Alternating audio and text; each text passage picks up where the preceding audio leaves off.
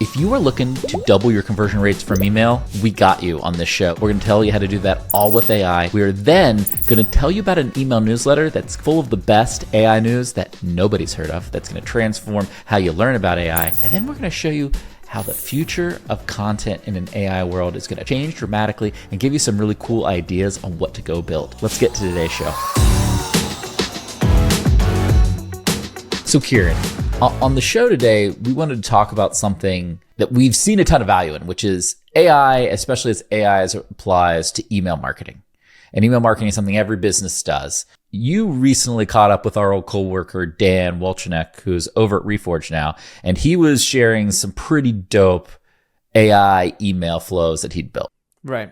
He's got an incredible step-by-step guide on how you can really personalize email using AI on a one-to-one basis that will drastically increase your conversion rate. He actually doubled his conversion rate with the flow that we're going to go through.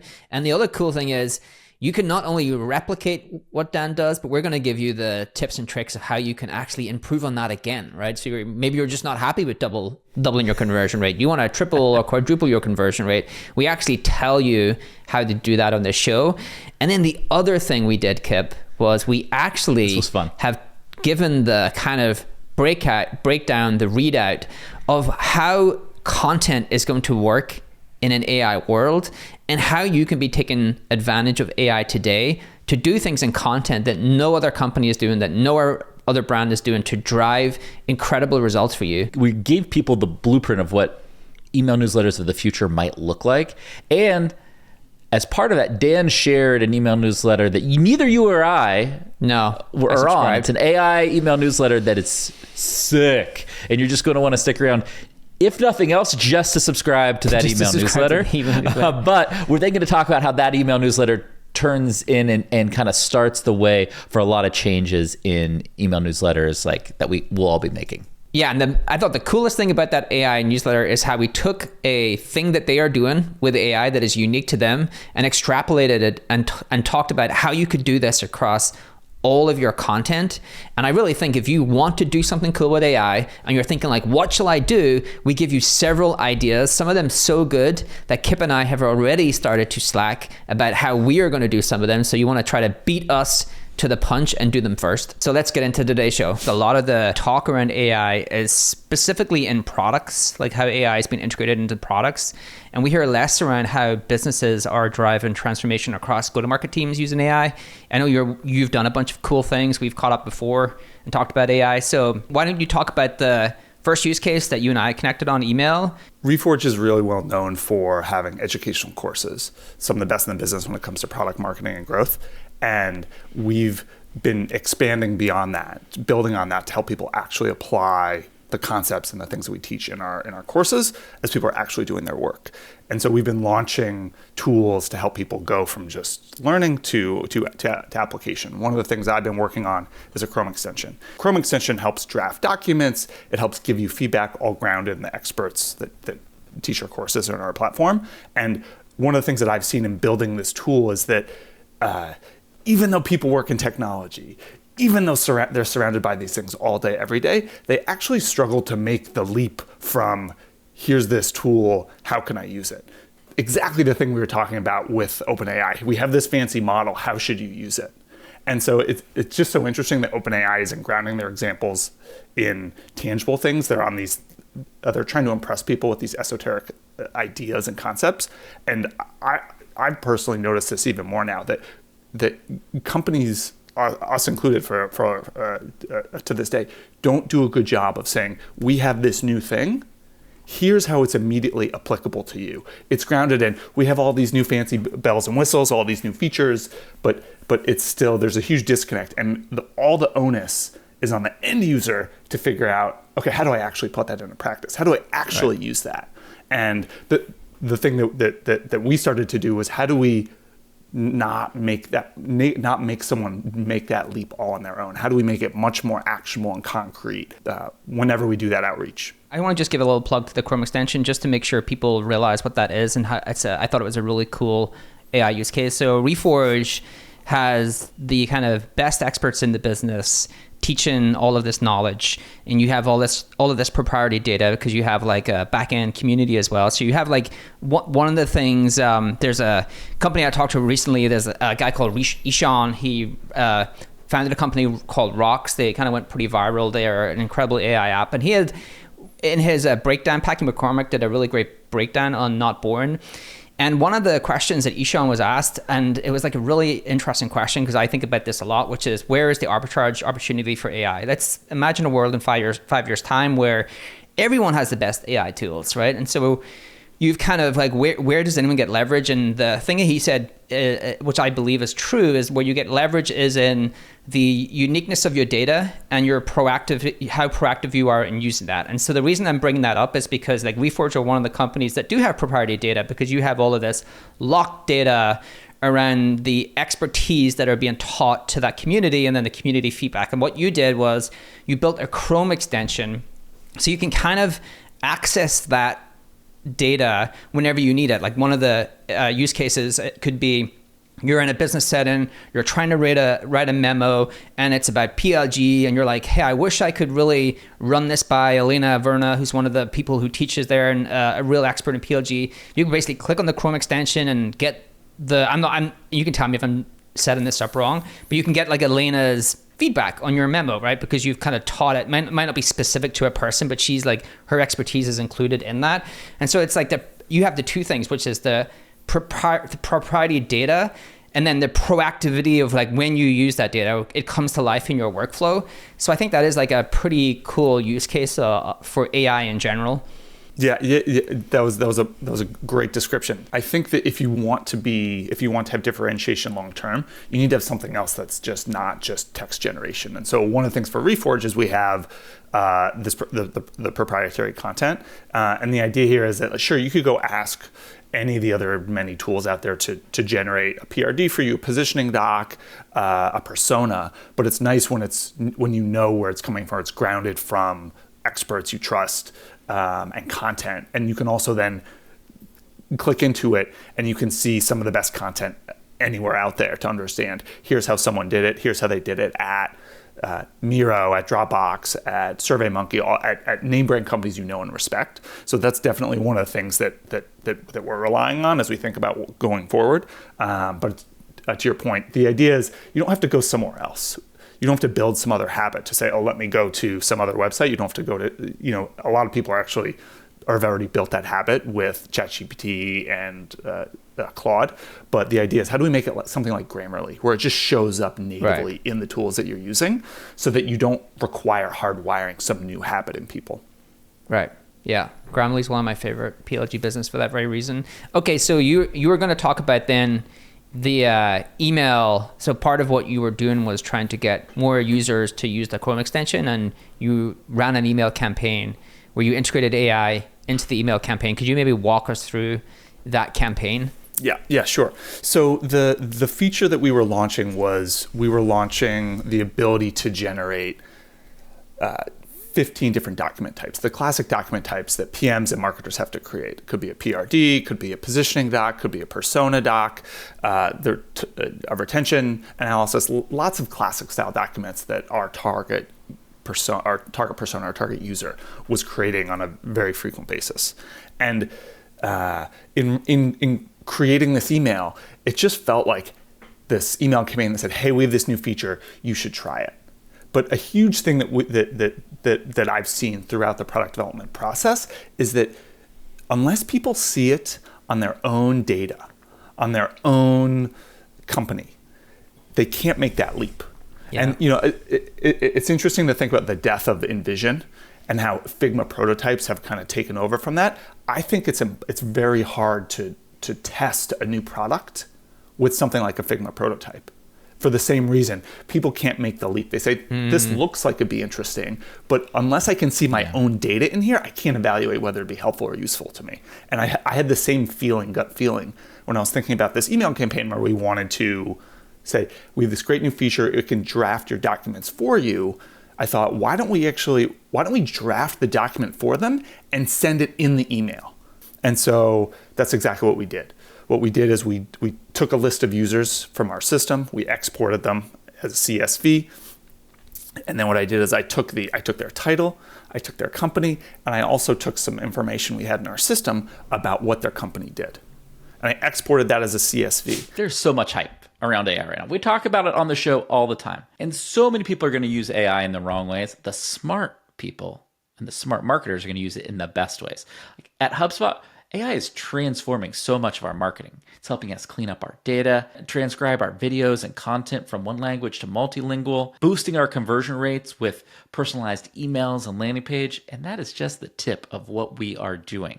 And if you're a smart marketer and you want to transform your work with AI, we have just published an amazing 12-page AI prompt guide that goes through some of the best AI prompts for marketers right now. So if you're maybe uncertain of use cases or how to get started with a prompt, this is the perfect guide for you. We have linked it in the description below. So go and click that link, check that guide out. Now back to today's show. The whole thing that I wanted to do was I wanted to show people the value that the product could do. I wanted to show that it could generate PRDs using the templates that Reforge talks about in our courses and how compelling and how useful they might be. And so I'll show you what the end result looks like first. So this is an actual email, is a test email, but the thing that was incredible about that made it so interesting to me is that because the company description was in Japanese, Chinese, I don't even know what character set this is, to be totally honest. But the LLM just said, oh, the company description is in Chinese, is in Japanese. And so I'm going to render the PRD template in this language. I just remember having this really cool moment of this is the kind of thing that would be so much more compelling than a standard email that that our team would send saying, hey, we just launched this new feature. You should click through this email to go check out the results. And so how do we do this? What do we do? The simple process was we had the LLM generate an idea for a new product. And how we did that is I exported a CSV from our BI system that had a list of someone's their email address, their title, their company, and the information about their company. And there's lots of different, we don't even get into the tools that give you that information. Oftentimes you already have it. And so it was really easy to get that CSV. And then, to start off, you could just put this in a spreadsheet and just try it out one by one. Have the LLM generate an idea for a new product. When you say generate an idea for a new product, you mean you want to have a fictional product for that company that you can target that the email is going to be based on, right? Oftentimes a marketer or a product manager, a lot of their work is, let me think about what I'm going to do next. I want to build a new feature or I want to have a new marketing campaign. And so I'm going to write a document that describes what this product is supposed to do or what this campaign is supposed to be. And so oftentimes you need an idea. What is the new feature? HubSpot's coming out with the HubSpot app for the Apple Vision Pro. I don't think you guys have that app yet, but that's like a funny idea, or not funny, but that's a thing that someone, I'm sure, is thinking about somewhere inside HubSpot at some future date. And so the idea is you need that concept, you need that idea to think, I need to create a document for that idea. And so the whole idea is, okay, great, let's think of that idea. And then once we have the idea, then we can go and generate the PRD for that idea. And there could be lots of different document types. It could be a marketing campaign, it could be a persona, it could be your ICP for a product or a tier or a new offering. But ultimately, there's different document types. When we productized this, we created many different document types. But in just experimenting with it, we said, let's just do it for one. And so we generated a PRD using the template that Reforge has in one of our courses. Once we had that, we would say, great, generate a compelling subject line. And the idea here is we wanted dynamics, a subject line that would stand out, that was hyper tailored and customized to them. I'm more likely to open something that references Reforge, new features for Reforge, problems, opportunities for Reforge, than something that's just generic to some company or product that I subscribe to. Once I had the subject line, then I would also generate the HTML required for the email. And so then I had a whole bunch of different properties, new columns in my CSV that I could then just take and import into my email system. And these were separate prompts then, just really quickly on the subject line. Did you have a prompt per subject line and then a prompt for body copy? Yes. One of the things we didn't get to yet is trying to collapse these all into one mega prompt. You'll see this a lot with AI stuff is if you think step by step, if you have it break it down into discrete tasks, you're ultimately going to get a better result. And so that's part of the reason I did this. One, it's easier to debug. And two, I think you're going to get better results given the state of the models of where they are today.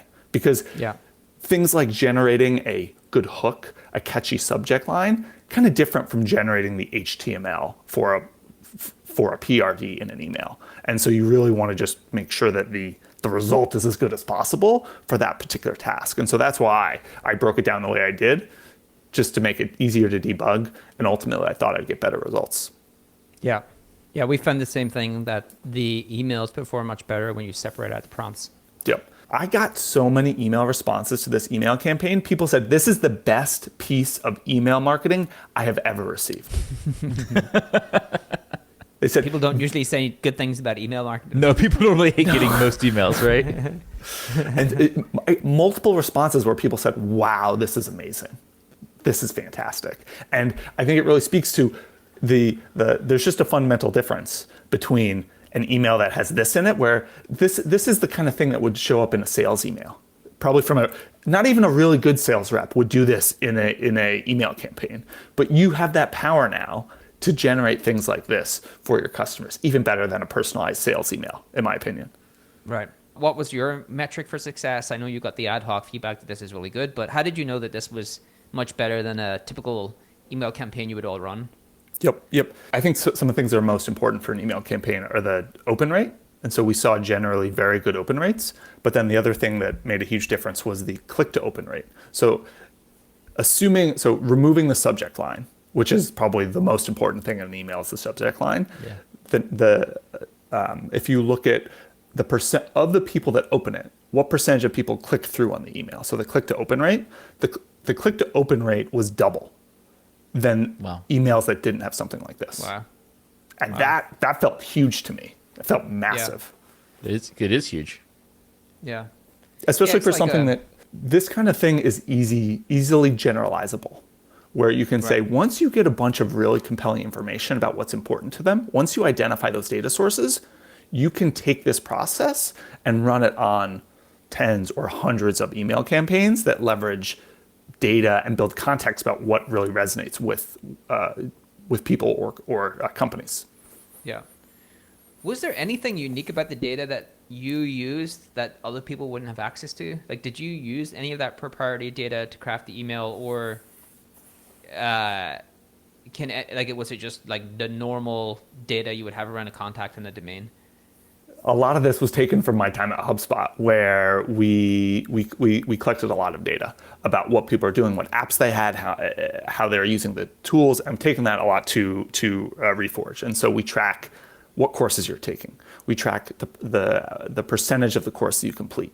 We look at the things, the templates you're clicking into. We have information about your team, about your company, and so we have a rich data set that's very actionable that we can then pipe into our email tools to say, which courses have you taken?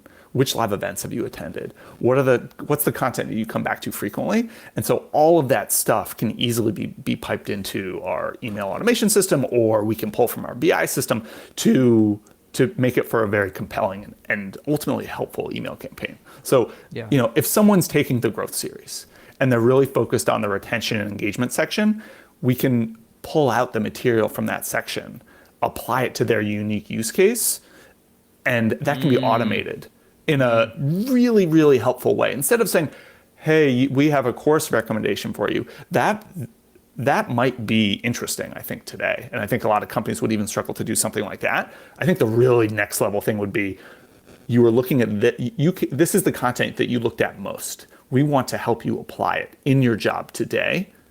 We could potentially take that whole content, pipe it into an LLM, and say, here are the ways in which you could apply this today, next week, next quarter. Right.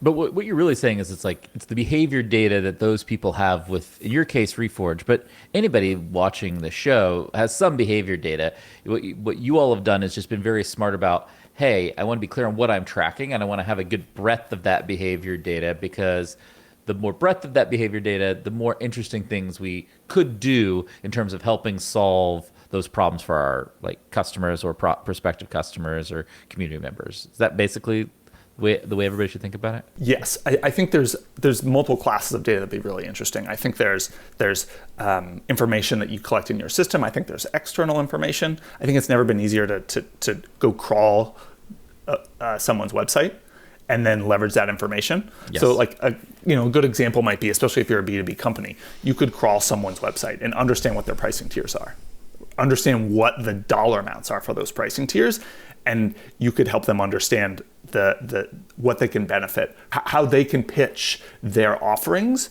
effectively using your software. And you can ground it in their pricing tiers. If someone's sending a lot of email campaigns, but they don't have a lot of landing pages, you could easily say something like, you should create a landing page that talks about the benefits that's on your enterprise tier. And so I think there's good behavioral data that you could pipe in. You could even take information from your internal CRM, your internal information from notes from a sales rep or notes from a customer success manager about what's really important to that customer. You could pipe that into the LLM as well. That's not behavioral data. That's just your own internal information about what's important to the customer, to leverage that for these email campaigns.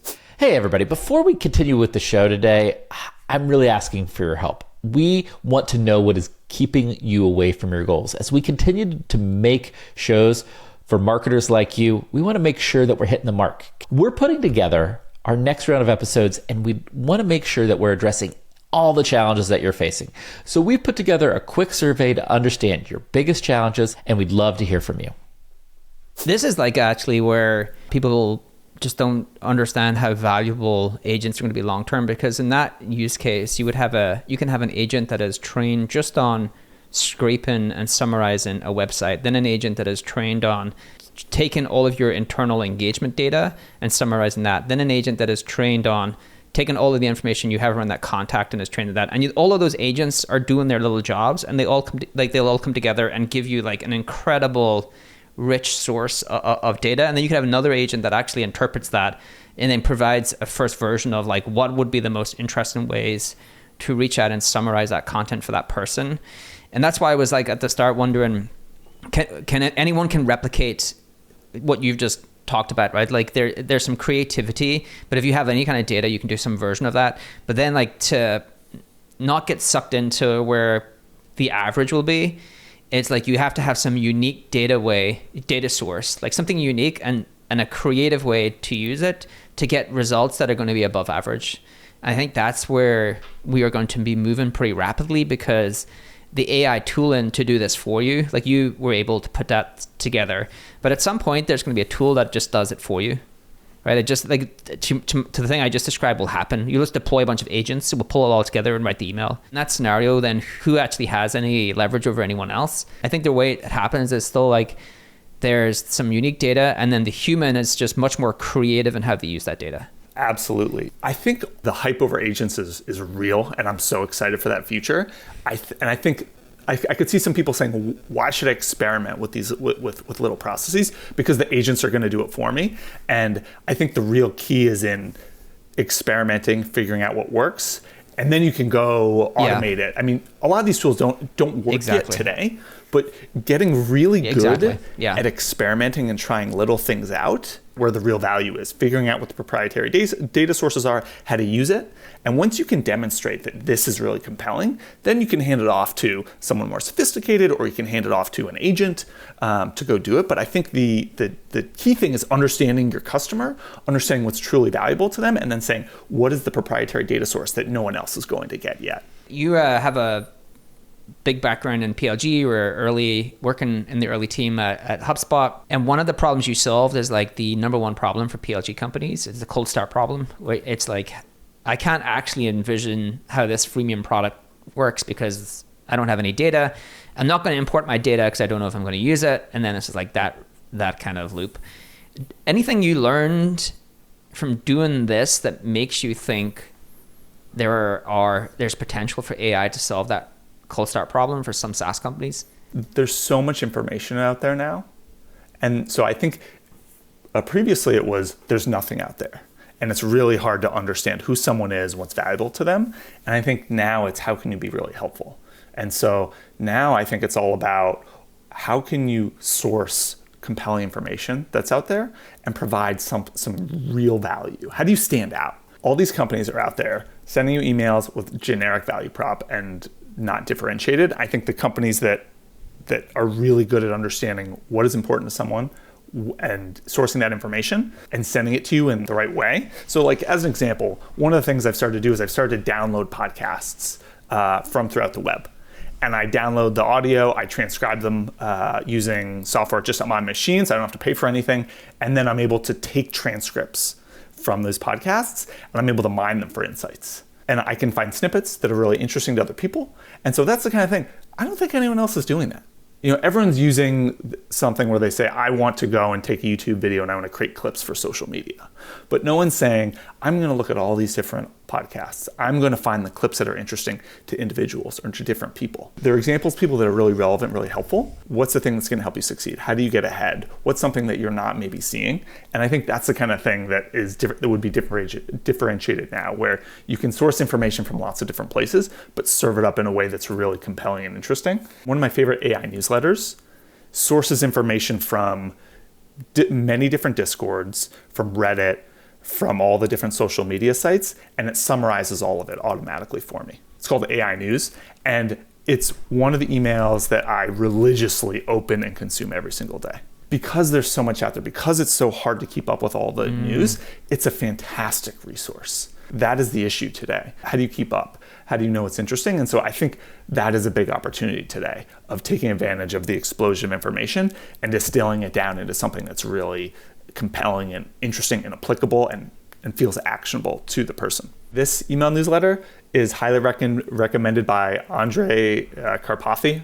And he's like the OG. Yeah. He was an early OpenAI. He was at Tesla, self-driving cars. He has all these YouTube videos. Don't listen to me. Listen to Karpathy. He loves it.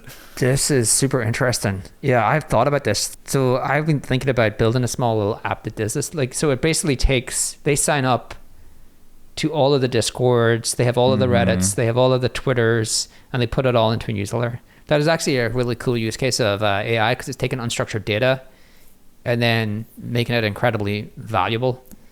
I'm actually just signed up. I had not heard of this before.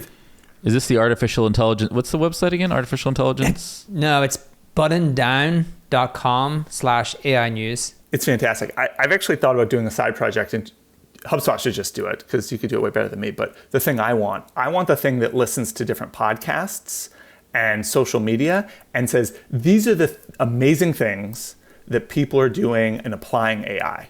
I want a feed of the amazing things that people are doing sourced from all the different places. And I want it delivered to me. Like the use cases. And not just summarized, right? I don't just want it summarized. I want you to go one step further, just like I did in my email campaign, to say, this is how you should apply it, given what we know about you in your business, what you're working on, all that stuff. So, in my example, this guy did a customized email campaign, big deal.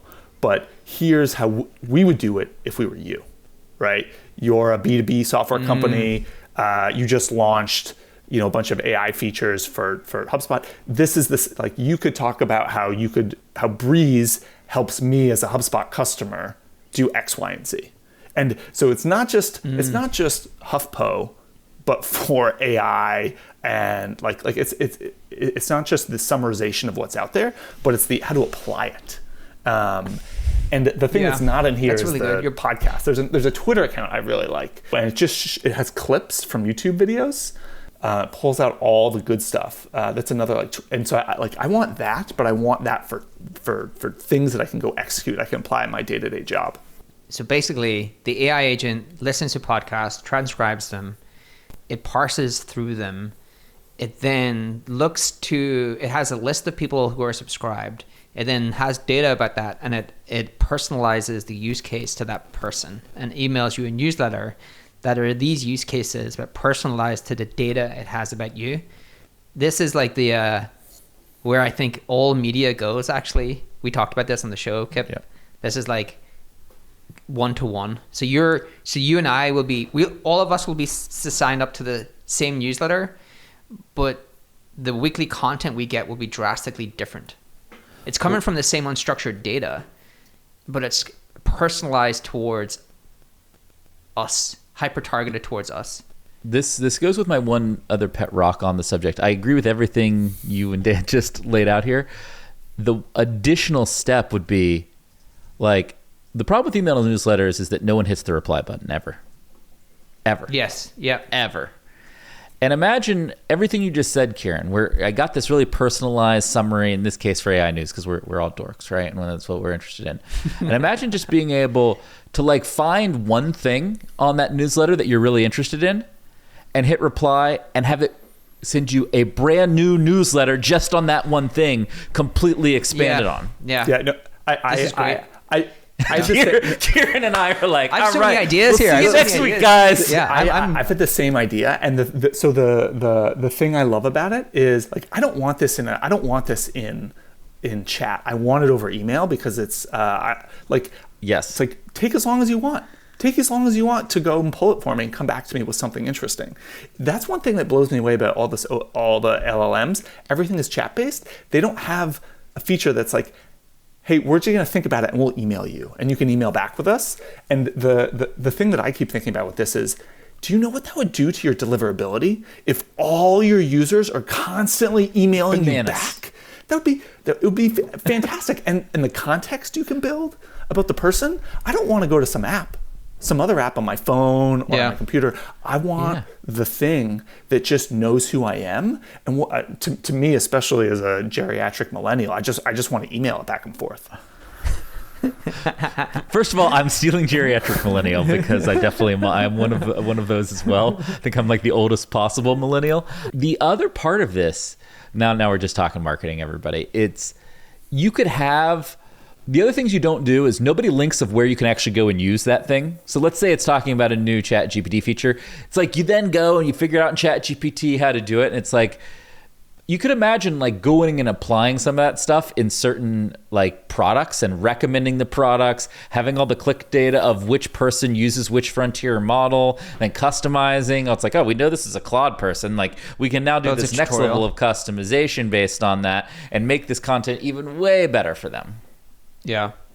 I think there's something really pivotal in what we're discussing, which is what's happened to Google, right? So what's happened to Google is, all that's happened is, I used to have to go through all of the blue links, and now an agent goes through all of the blue links and gives me something clear and concise. What we're talking about is basically, I used to have to subscribe to all this media stuff and consume the content. Now my agent subscribes to all of the media stuff and consumes the content and gives me a personalized version of it, which is kind of wild to think about, because all of the knowledge and content that we consume today all gets moved into just unstructured data for the agent. Like, there's an agent layer doing all this stuff. You can't unsee this future once it's clear, and it drives me crazy. All the fact that I need to comb through all these sources, the fact that things aren't automatically customized and tailored to me. I have to go read the documentation for some tool that I'm using. Why is it just explained to me in the moment, customized? And why are we sending out the same email to everybody? It feels like a crime. It feels like a crime against users. Feels crazy, right? Yeah. It feels literally insane what's happening. Yeah, like, in what world should we send the same message to the same people? Why wouldn't it be tailored and customized? It seems crazy. I think AI native software is going to be so far removed from what we do today. Like, I've been talking about that for 2 years, but when the first kind of swath of AI companies actually all did look like SaaS, click, click, click, click. The newest cohort, which I would put in the last like 6 to 12 months, are starting to look drastically different from what we think about as software. They don't look the same. And that to me is the biggest shift that I think will happen. Like, it's happened throughout time, right? If you went for on-premise software to SaaS software, it will be completely a different experience.